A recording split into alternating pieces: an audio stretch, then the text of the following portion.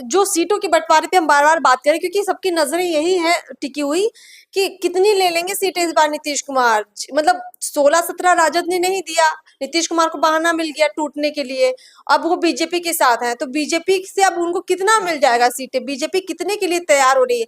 क्या नीतीश कुमार को जैसे वो मांगेंगे कि दे दीजिए 16-17 सीटें, क्या बीजेपी दे देगी? आपको क्या लगता है? नहीं देना चाहिए। देखिए देखिए सीधा है कि जितनी जैसे आपको याद होगा कि पिछला जो लोकसभा चुनाव के समय में या उससे पहले भी जो कई आधार बनते रहे हैं लोकसभा चुनाव में टिकट बंटवारा का, तो पिछला लोकसभा चुनाव में एक आधार बना कि आधा आधा सीट भाजपा जदयू लड़ेगी और 6 सीट रामविलास पासवान की लोजपा को मिली थी, ठीक है।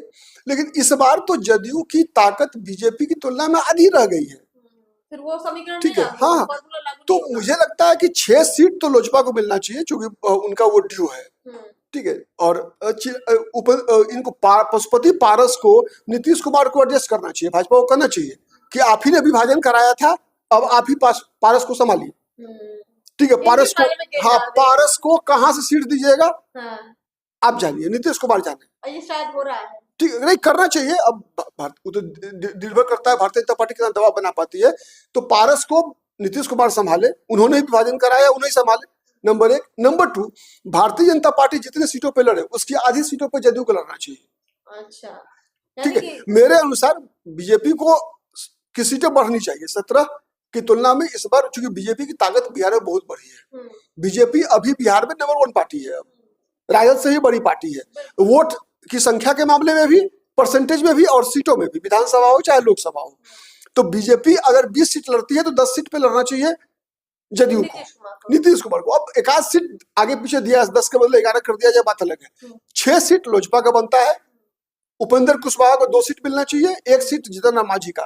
वैसे जीतन राम मांझी के पास कोई औकात नहीं है चुनावी राजनीति में, सीट अभी धोखा नहीं दिया उन्होंने। हाँ, लेकिन चलो ठीक है, साथ में है, उनका भी महत्व है। तो 1 सीट, और 1 सीट अगर मुकेश सहनी आते हैं तो दे देनी चाहिए, तो उनको देनी चाहिए। तो BJP 20-10 JDU, 30 seat, 6 seat Lojpa, 2 seat Upendra Kushwaha, 1-1 seat देना चाहिए जीतन राम मांझी और मुकेश सहनी को। ये सबसे बेहतर फॉर्मूला होना चाहिए। और मुझे लगता है अमित शाह भी लगभग इसी के नजदीक सोच रहे होंगे। अगर ऐसा नहीं सोच रहे होते, इस बार ये तय मान के चलिए कि भारतीय जनता पार्टी नीतीश कुमार के समक्ष आत्मसमर्पण नहीं करेगी।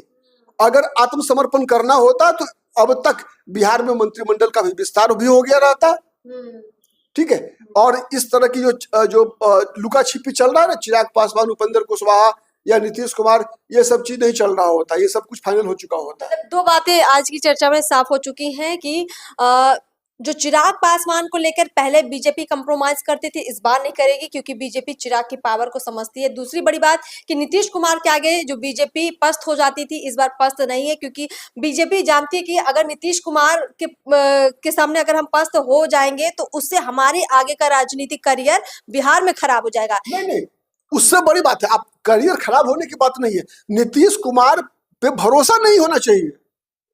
ये क्या आप दावे से कह सकती हैं कि बीजेपी के साथ चुनाव जीतकर 10 सीट जाएंगे? कोई दावा कर ही नहीं सकता है। और परिणाम आने के बाद ये बीजेपी को धोखा नहीं देंगे? सर, ये भी हो सकता है कि कल अगर बीजेपी उनको 10-11 सीटें जो मांग रहे हैं उससे थोड़ा कम दे, तो क्या कल को पलटी भी मार सकते हैं, ये भी हो सकता है। इसीलिए वही बात मैं कर रहा हूँ, नीतीश कुमार जैसे अविश्वसनीय सहयोगी के लिए चिराग पासवान जैसे हनुमान का बलिदान नहीं किया जा सकता है। लेकिन इस बार ये साफ है लगभग कि बीजेपी नहीं करेगी अपने हनुमान का बलिदान। और नीतीश कुमार को बीजेपी ने ऐसे इस बार फंसा रखा है कि अब बीजेपी अपनी बात नीतीश कुमार से मनवाएगी, जो हर बार नीतीश कुमार बीजेपी से अपनी बात मनवाते थे। यही कारण है कि बिहार में मंत्रिमंडल का विस्तार नहीं हुआ है।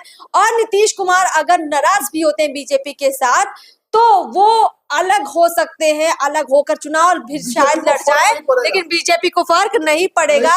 और बीजेपी चाहेगी कि नीतीश कुमार ऐसा कर दे, क्योंकि सारा वोट फिर बीजेपी के पास, और ज्यादा जो नीतीश कुमार का भी वोट है काफी ज्यादा बीजेपी के साथ ही आ जाएगा, क्योंकि लोग भी देखते हैं कि जीत किसकी है, लहर किसकी है। तो अभी मोदी लहर में बहुत सारे लोग चाहते हैं कि वो जीत जाए, नीतीश कुमार भी शायद इसीलिए भी आए हैं बीजेपी के साथ, और वो इस लहर का फायदा जरूर उठाना चाहेंगे। लेकिन बीजेपी ने अब तैयारी कर ली है कि दबाव में ना नीतीश कुमार के आएंगे और ना चिराग को छोड़ेंगे। तेजस्वी के साथ चिराग के जाने की जो भी चर्चाएं हैं वो लगभग संभव नहीं है। और देखिए 10 मार्च को जो रैली होगी चिराग पासवान की, उसमें चिराग क्या बड़ा डिसीजन लेंगे उस पर भी हमारी नजर बनी रहेगी।